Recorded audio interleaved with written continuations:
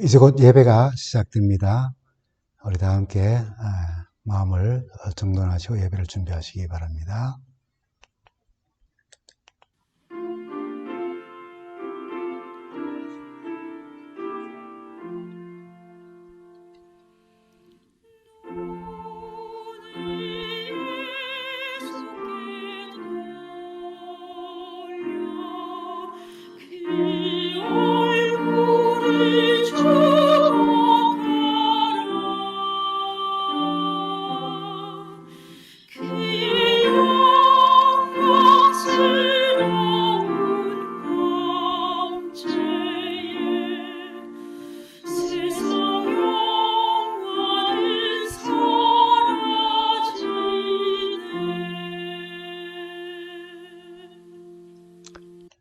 우리 다 함께 찬미 380장 찬미를 부르겠습니다.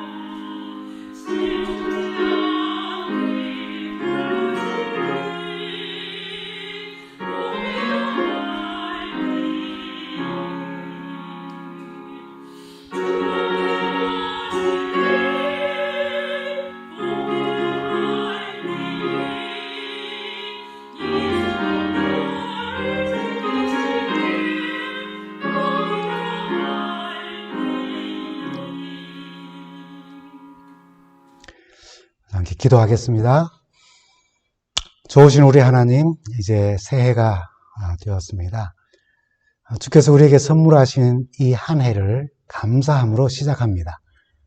오늘 우리가 나누는 말씀으로 우리의 삶을 새롭게 하는 시간이 되게 하여 주시옵소서. 하나님의 말씀이 우리의 삶을 변화시키는 능력이 되게 하여 주시기를 예수님의 이름으로 간절히 기도합니다. 성도 여러분, 또 잘 지내셨습니까? 벌써 한 해가 다 지나가고 새해를 맞았습니다. 오늘 우리가 함께 새해 첫날 나눌 말씀은 골로새서 3장 1절에서 10절 말씀을 통하여 새해에 우리 새 사람을 입으십시오라고 하는 그런 제목으로 말씀드립니다. 여러분, 개화천선이란 말 들어보셨죠? 고칠 게, 지날 과, 옮길 천, 착할 선, 이렇게 해서 지난 잘못을 뉘우치고 착하게 된다는 의미입니다. 이 사자성어는 진나라 양흠 지방의 우리 주처라고 하는 사람의 이야기에서부터 유래된 이야기입니다. 주처의 아버지는 작은 고을을 다스리는 태수였고 아들에게 글과 예절을 가르치면서 아주 똑바로 자라기를 그렇게 원하였죠. 근데 아버지가 일찍 세상을 떠자 이 주처가 큰 방황 가운데 생활하기 시작하더니 아주 난폭하고 갑자기 거칠어지고 그리고 폭력을 행사하기 시작했습니다. 사람들의 눈만 마주쳐도 시비를 걸고 괴롭히는 그런 일들을 갑자기 하기 시작했어요. 요즘 같으면은 아마 묻지마 폭행 같은 그런 행동을 하던 그런 청년이 되어버렸습니다. 힘도 세서 그 누구도 그를 감당할 수가 없었어요. 이 빈 공터에 가거나 시장에 가면 사람들이 그를 볼 때마다 다 그냥 슬슬 자리를 피하는 것입니다. 어느 날 갑자기 그가 깨달음이 왔어요. 나도 이제 착한 사람이 되어야겠다는 그런 생각이 들었지만은, 그래서 그 결심을 이야기하지만은 사람들이 아무도 그의 말을 믿어주지를 않았습니다. 그래서 마을 어른을 찾아가서 내가 이제 새 사람 되기로 결심했다고, 변화되기로 결심했다고 이야기하니까 그 노인이 이렇게 말하는 것입니다. 네가 그동안 저지른 행패가 있는데 어떻게 사람들이 네가 변하겠다는 그 말을 믿겠느냐라고 말하면서 이 세상에 나쁜 아주 세 가지가 있는데 그게 뭔지 아느냐고 물었어요.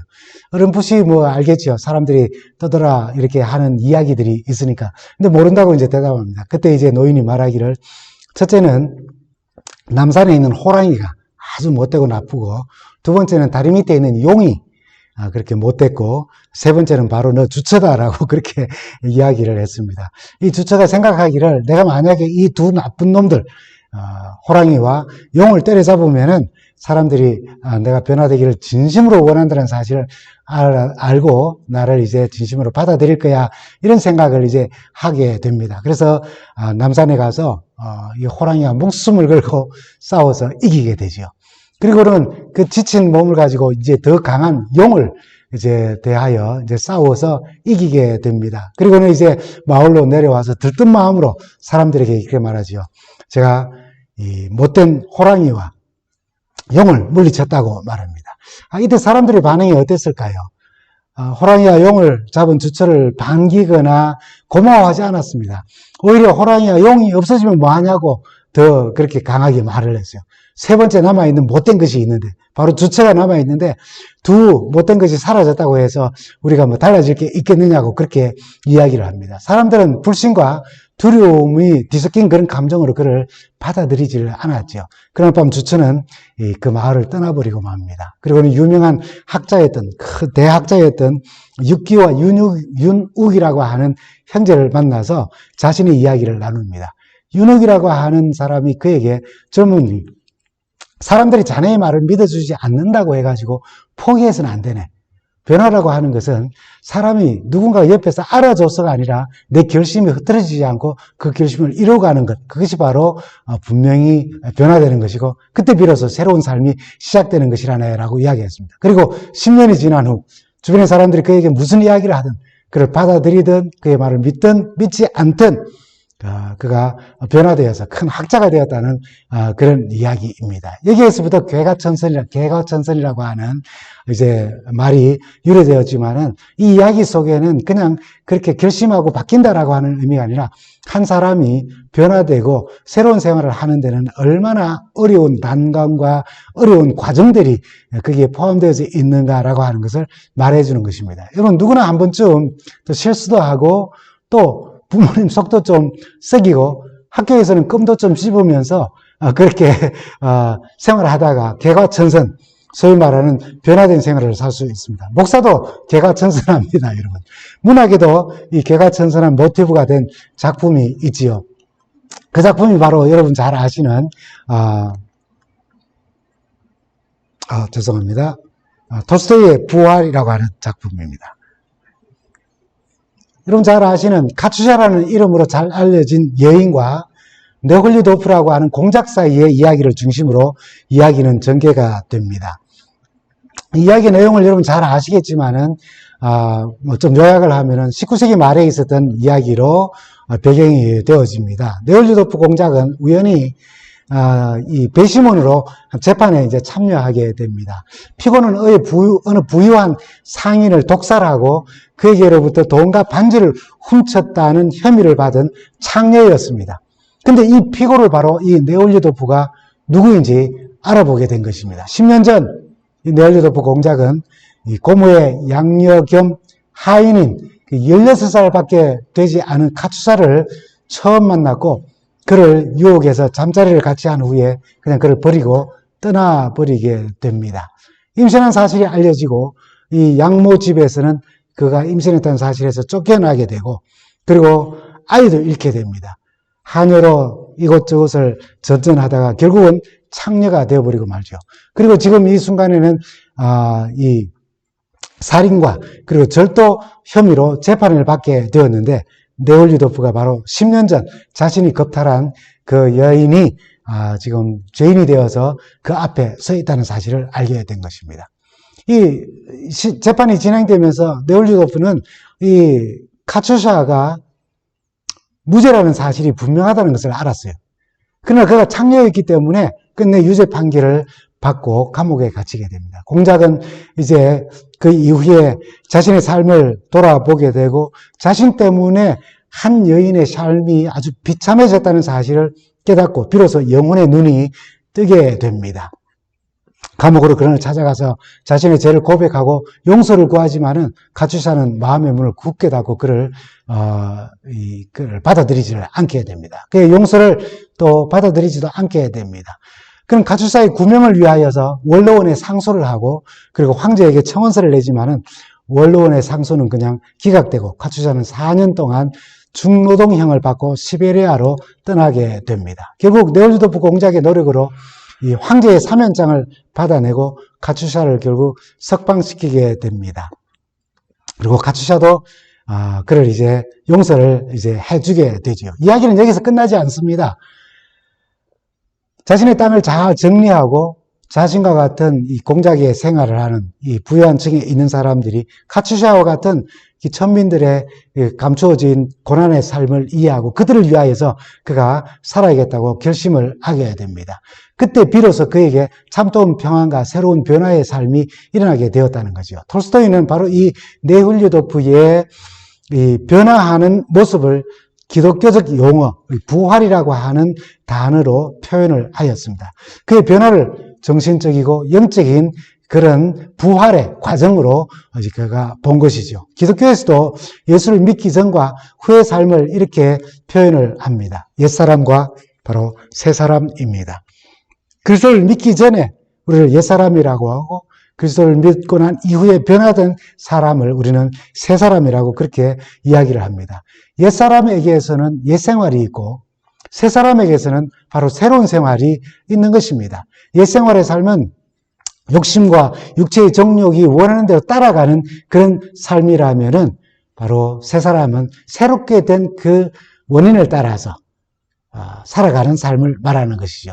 바로 옛사람, 육체의 정욕을 따라 살아가는 삶에 대하여서 또 이렇게 오늘 골로새서 3장 1절과 2절에는 우리에게 이렇게 말씀을 합니다. 그러므로 여러분이 그리스도와 함께 살려주심을 받았으면, 새 사람이 되었으면 위에 있는 것을 추구하십시오. 생각하십시오. 거기에는 그리스도께서 하나님의 오른편에 앉아 계십니다. 그리고 2절에 이렇게 말하죠. 여러분 땅에 있는 것들을 이제 다시는 생각하지 말고 위에 있는 것들, 예수 그리스도와 하나님이 계시는 우리 구원이 있는 바로 그것을 생각하며 이제 살아가라고 그렇게 권고합니다.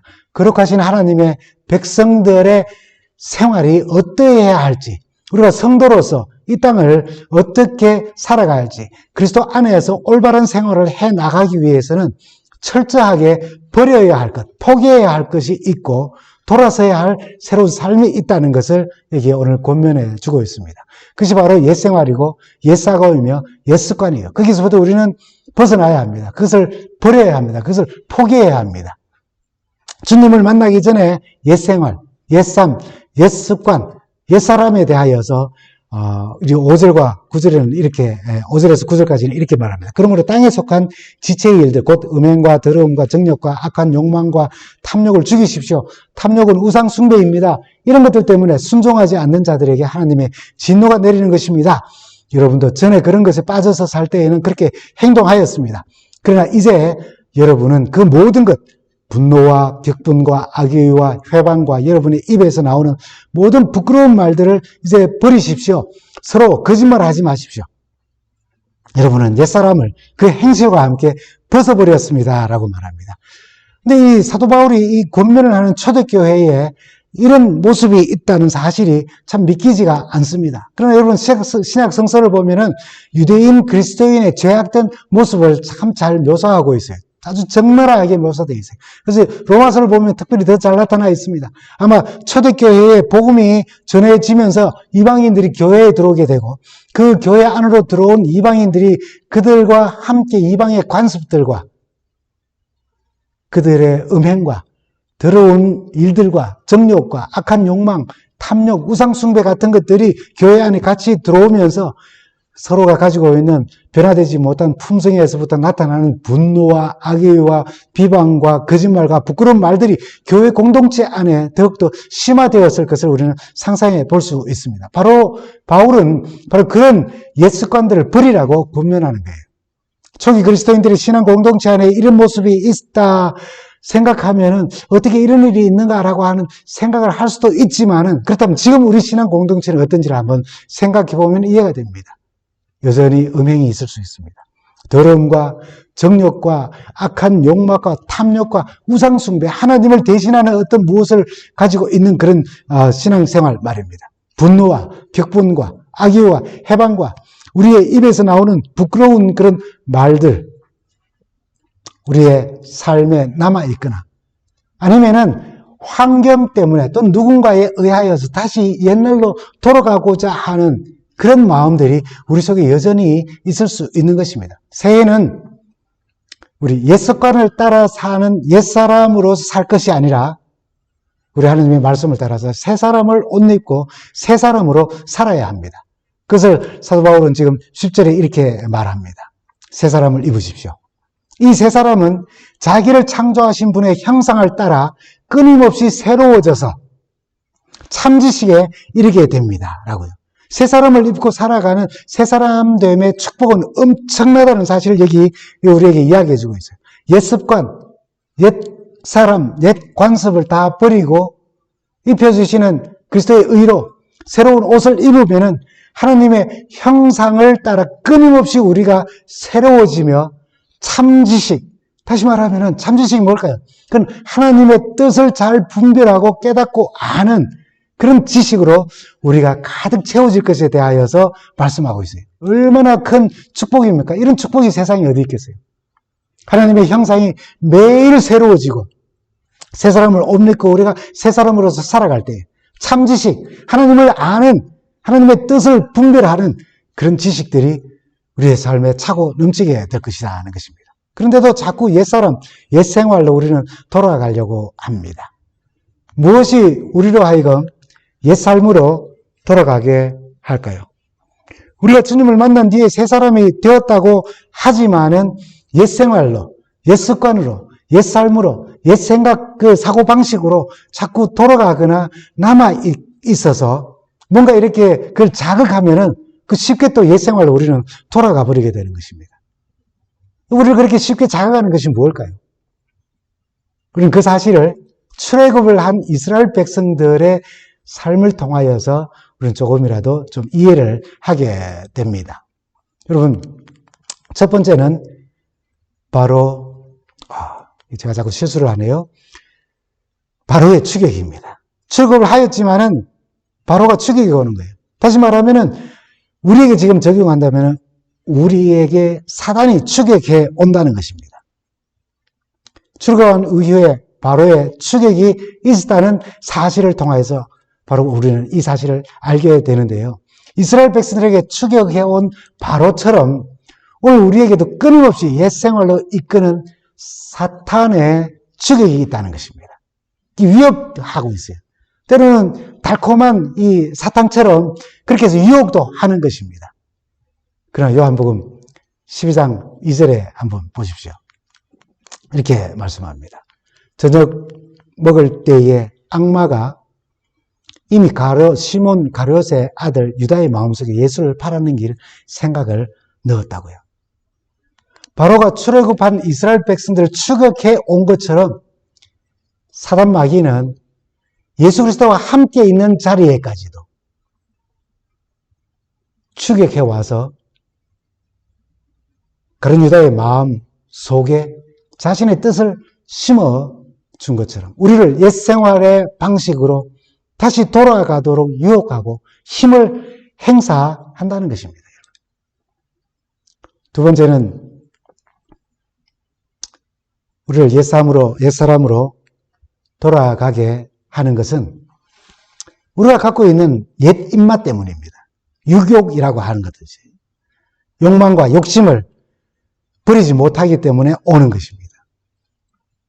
이스라엘 백성들이 자신들의 삶 속에 바로가 그들을 추격해 온 외적인 어떤 영향도 있지만은 그들이 마음속에 버리지 못한 옛 생활에 대한 그 입맛이 있었어요. 그걸 버리지를 못한 것입니다.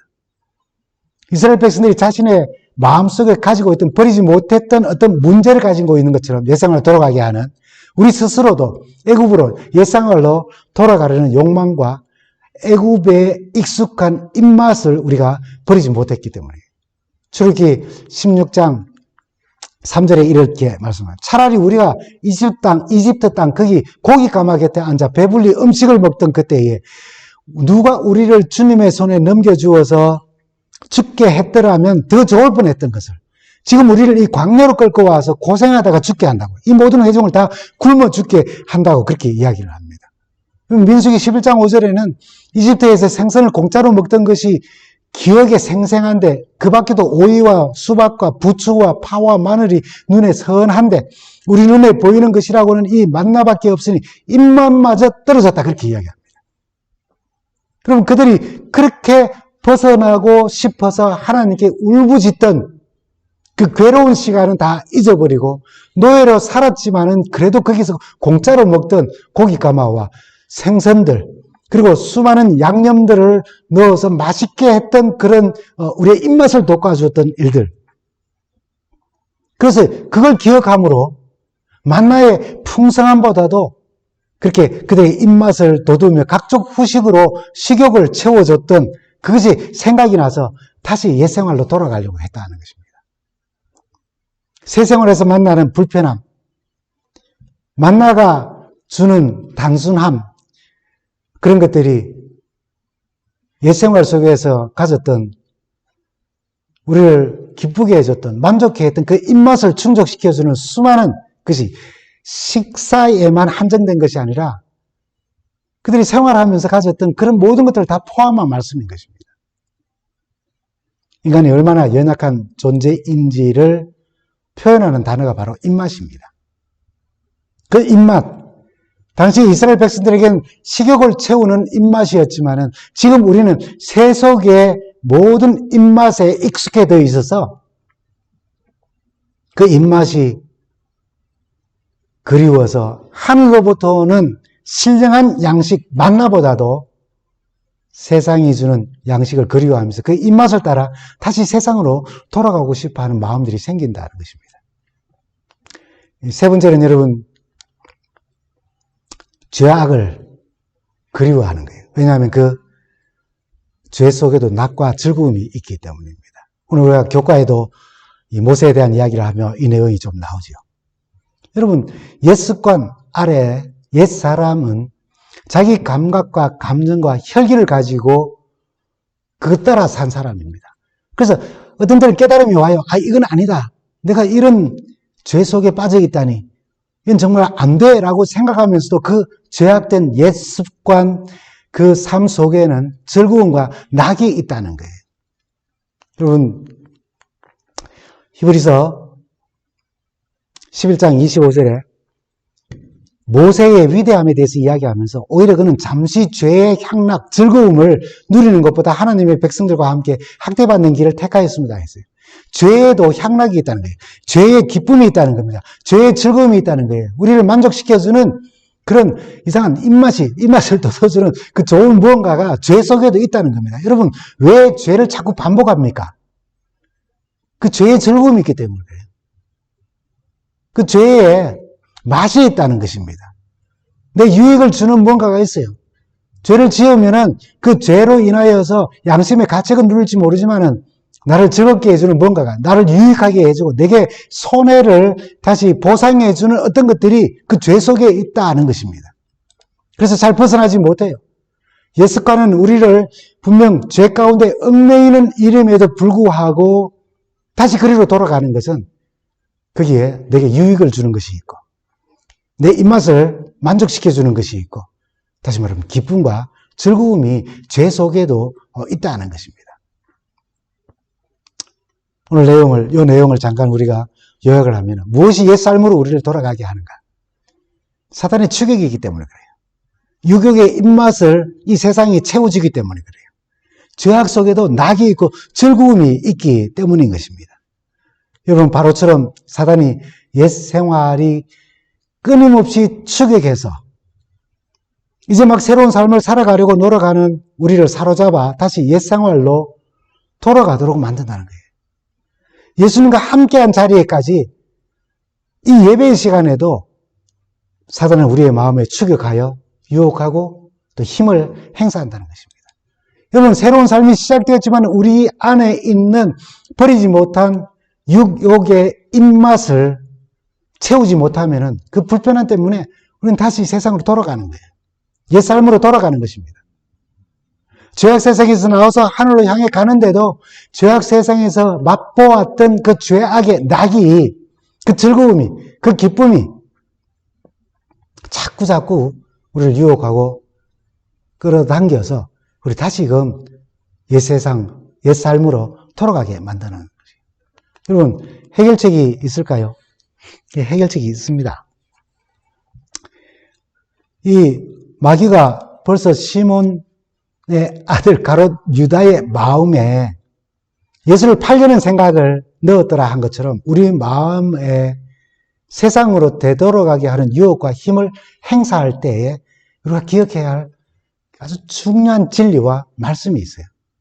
그건 바로 요한일서 4장 4절에 있는 말씀입니다. 자녀들아, 너희는 하나님에게 속하였고 또 그들을 이기었나니 이는 너희 안에 계신 이가 세상에 있는 자보다 크시다고요. 우리 안에 있는 분이 세상에 있는 모든 이 사단의 권세 아래에 있는 어떤 존재들보다도, 사단보다도 더 위대하고 크신 분이 우리 안에 계시다고 이야기하는 것입니다. 절대로 잊어서는 안 됩니다. 그렇게 벗어나고 싶어 하나님께 울부짖던 괴로운 시간을 다 잊어버리고 노예로 살았지만 그 고깃가마가 좋고 떡을 배불리 먹던 때를 기억하면서 유교의 입맛을 채우고 싶어서 옛생활로 돌아가려고 하는 그 욕망이 우리 마음속에서 고개를 쳐들 때에 해결 방법은 과연 무엇입니까? 빌립보서 4장 11절에 이렇게 말합니다. 나는 어떤 처지에서도 스스로 만족하는 법을 배웠습니다. 라고요. 사바울은 우리 성도가 이 세상을 살아가면서 어떠한 형편이든지 세상의 입맛이 자꾸 우리에게 유혹으로 다가오는 때가 있다 할지라도 우리는 그리스도 안에서 자족하는 마음을 가지고 그 마음으로 행복하게 살게 하시는 우리 하나님이 계시다는 사실을 기억하라는 거예요. 우리 옛 습관은 분명 우리를 죄 가운데 얽매이는 일임에도 불구하고 우리가 그 죄 속에 있는 즐거움을, 그 입맛을 우리가 버리지 못해서 다시 그 죄악 속으로 돌아가려고 할 때에 해결 방법이 있어요. 그게 바로 무엇이냐면은 시편 34편 8절에 너희는 여호와의 선하심을 맛보아 알아라 그랬어요. 죄악의 낙의 맛을 보고 그것을 즐기는 것이 아니라 그것을 이제 끊어버리고 그것을 이제 포기하고 이제는 여호와의 선하심을 맛보아 아는 생활을 우리가 살아가야 한다는 거예요. 죄악의 낙을, 죄악의 즐거움을 맛보고 그것을 계속 추구하고 따라가는 것이 아니라 이제는 여호와의 선하심을 맛보아 알면서 살라는 거예요. 비록 바로의 추격처럼 우리를 옛 습관으로 이끄는 힘이 있어도 우리 안에 더 크신 이가 계시다는 사실을 알고요. 또 우리가 신앙생활을 하면서 우리의 입맛이 옛날 입맛을, 세상의 입맛을 가지고 있을 때에 그 입맛을 따라가려고 하지 말고 이제 내가 자족하는 마음을 가지고 그리스도께서 우리로 하여금 그리스도 안에서 더 행복하게 살아가도록 하셨다는 사실을 잊지 않는 것. 죄라는 것을 알지만은 자꾸 거기에 옛날에 맛보았던 그 즐거움, 그것을 쫓아가려고 하지 말고 이제는 여호와의 선하심을 맛보아 알며 그것을 추구하며 그것을 향하여 갈 수 있는 새 사람이 되라고 오늘 말씀하는 것입니다. 그래서 우리는 감사함으로 이 안교 임원들이 오늘 우리가 이 찬양도 불렀는데요. 주님 뜻대로 살기로 했네. 그 찬양을 우리가 부르며 살아가는 것입니다. 뒤돌아서지 않겠네라고 우리가 간증하며 찬양하며 사는 겁니다. 바울은 이 새로운 삶이 쉽지 않다는 것을 알고 아주 강력한 단어를 표현해서 새 삶을 살라고 그렇게 우리에게 권고를 합니다. 그러므로 골로새서 3장 5절입니다. 그러므로 땅에 속한 지체의 일들 곧 음행과 더러움과 정욕과 악한 욕망과 탐욕을 다 죽이라고요. 땅에 있는 이 모든 우리 지체의 일들에 대하여서 죽이라고 그렇게까지 강력하게 표현하면서 권고를 합니다. 왜냐하면 그것이 쉽지 않기 때문에 그래요. 옛 자아가 나 결심했어 이 말을 내 자아가 듣고 그렇게 삽시다 라고 나한테 그렇게 하며 따라오던가요? 아니면 내가 옛 자아를 향하여서 고함을 지르고 이렇게 내가 이렇게 결심했단 말이야 라고 그렇게 한다고 해서 자아가 내 속에 있는 자아가 알았다고 내 세상 옛날 가졌던 그 입맛이 그러면 나 이제부터 사라질게 라고 이렇게 하지 않는다는 것입니다. 갑자기 죄의 그 낙들 누렸던 그 즐거움이 갑자기 사라지지 않아요. 우리 말을 잘 안 들어요. 옛 습관들은, 옛 사람의 어떤 행실들은 절대로 우리 말을 잘 안 들어요. 그래서 사도 바울은 말하기를 땅에 속한 지체의 일들에 대해서 죽이라고까지 그렇게 이야기를 하는 것입니다. 여러분 잘 아시는 이 결단과 결심에 대해서 우리가 이야기할 때 김유신과 그 에마 이야기를 자주 이야기합니다.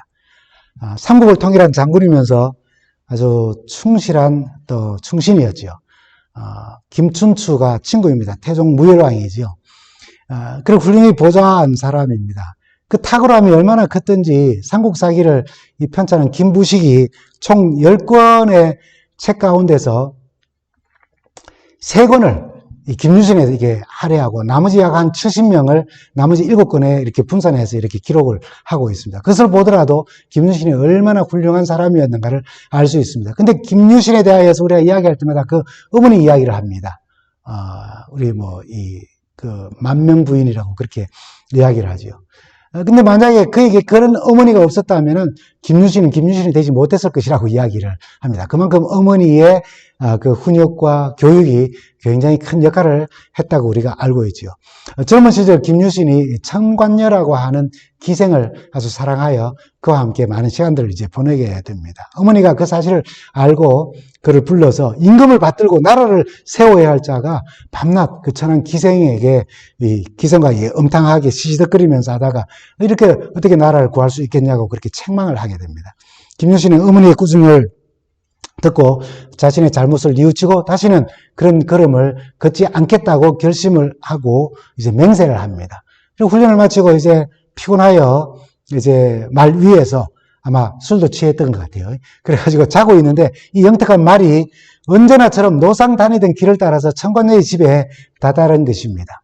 청관녀의 목소리에 말 위에서 잠을 깬 김유신은 다시는 발걸음을 하지 않겠다고 결심한 이 약속과 맹세를 이 말 때문에 깨뜨리게 되었다는 사실을 그가 생각하고 그냥 칼을 들어서 단호하게 자신의 명말을 목을 치게 됩니다. 그리고 뒤도 돌아보지 않고 청관녀의 집에서 떠나죠. 이 단호하고 가단성 있는 결심과 이 실천하는 행동이 그로 하여금 온갖 역경을 이겨내게 하고 큰 공을 세우는 사람이 되었다고 역사는 그렇게 평가합니다. 우스갯소리 여기에 해석이 하나 있다는 거 여러분 아시죠? 사실 김유신의 말은 이 청관녀의 집에 있는 다른 안마를 사랑해서 그 안마를 보러 갔답니다. 김유신 때문에 이렇게 간 게 아니고 그런 재밌는 해석도 있습니다. 어쨌든 김유신은 칼을 뽑아서 에마를 죽이며 자신의 결심을 지켜나갔습니다.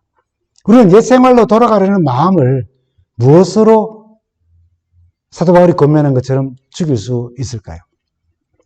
히브리서 4장 12절에 이렇게 말씀합니다. 하나님의 말씀은 살아있고 힘이 있어서 어떤 양날 칼보다도 더 날카롭습니다. 그래서 사람 속을 꿰뚫어 혼과 영을 갈라내고 관절과 골수를 갈라놓기까지 하며 마음에 품은 생각과 의도를 밝혀냅니다. 바로 이 칼은 우리를 죽이는 것이 아니라 우리를 새롭게 만드는 칼이에요. 하나님의 말씀입니다. 우리를 꿰뚫어 혼과 영을 갈라내고 관절과 골수를 갈라놓기까 하며 마음에 품은 생각과 의도를 밝혀내어서 새 사람 되게 한다는 거예요. 하나님의 말씀은 우리 자아를 죽이는 최고의 무기인 것입니다. 옛사람을 벗어버리고 옛 행위를 버리는 노력에는 단호하고 모진 결심과 함께 아주 좋은 칼이 필요해요. 무기가 필요하다는 겁니다. 바로 그것이 바로 김유 시인의 일화처럼 역사의 한 획을 끊는 역할을 하는 일에도 옛 습관, 옛 삶을 청산하는데 엄청난 결심과 결단과 이 실천이 필요해서 칼을 뽑아든 것처럼 우리가 하나님의 뜻을 이루며 세상을 구원하시는 하나님의 사명을 이루기 위해서 우리의 옛 사람, 옛 생활, 옛 습관을 물리치는 새 사람이 되기 위한 칼이 필요한데 그것은 바로 성령의 금 곧 하나님의 말씀이라는 것입니다. 여러분, 김유신의 손에 자신의 결심을 방해하는 말을 치기 위하여서 금이 들려 있는 것처럼 오늘 우리 손에도 우리가 새로운 사람으로 이 세상을 살아갈 수 있도록 옛 습관을 칠 수 있는 칼이 우리에게 쥐어졌는데 그것은 바로 성령의 금 곧 하나님의 말씀인 것입니다. 사단의 추격에 대하여 우리 안에 있는 옛 삶의 익숙한 육욕의 입맛에 따라 살려는 욕심에 대하여 죄 가운데 있으면서도 죄의 즐거움을 기억하면서 그 옛 삶으로 다시 돌아가려고 하는 그런 모든 유혹으로부터 이겨내고 그것을 단절하게 하는 훌륭한 칼이 있는데 그것이 바로 성령의 금 곧 하나님의 말씀인 것입니다. 여러분, 종종 우리가 하루의 일과가 너무 바쁘고 한 주일 동안 힘들게 또 바쁘게 살아갈 때에 흔히 하는 말 가운데 하나가 정말 정신없이 살았다고 이야기하거나 정말 아무 생각 없이 하루가 지나갔다고 그렇게 이야기합니다. 좋은 말 아니죠. 생각 없이 살았다. 정신없이 살았다는 게 그럼 어떻게 좋은 말이 될 수 있습니까? 우리는 정말 정신을 차리고 생각 있게 살아야 합니다.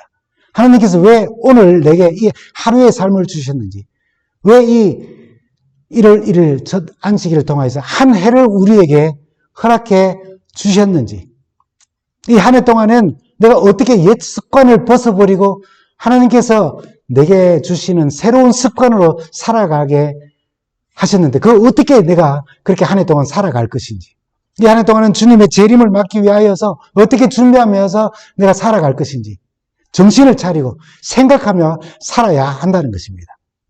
옛사람은 우리를 새롭게 하신 하나님과 그 하나님의 형상에 큰 흠을 내며 하나님을 이 세상 사람들에게 잘못 나타내 보일 수 있게 하는 것이 바로 우리의 옛 삶이고 옛 습관이고 옛 사람인 것이에요. 빨리 우리는 벗어나야 합니다. 성령의 금 곧 하나님의 말씀을 통하여서 우리는 새 사람이 되어야 하는 것입니다.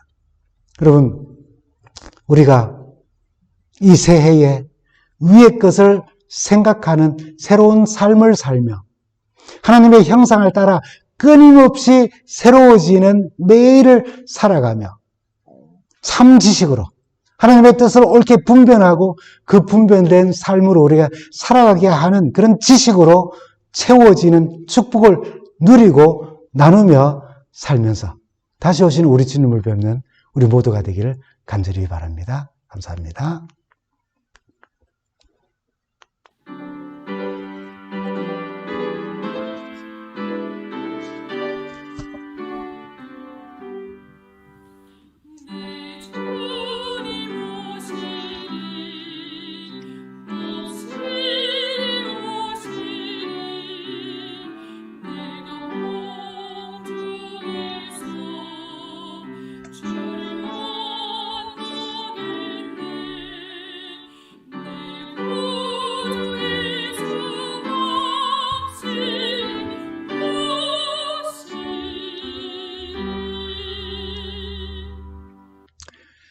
성도 여러분, 또 한 주간 주님과 더불어 동행하며 참 좋은 날들을 보내다가 다시 우리 안식일 기쁜 마음으로 우리 모두 뵙게 되기를 간절히 바랍니다. 감사합니다.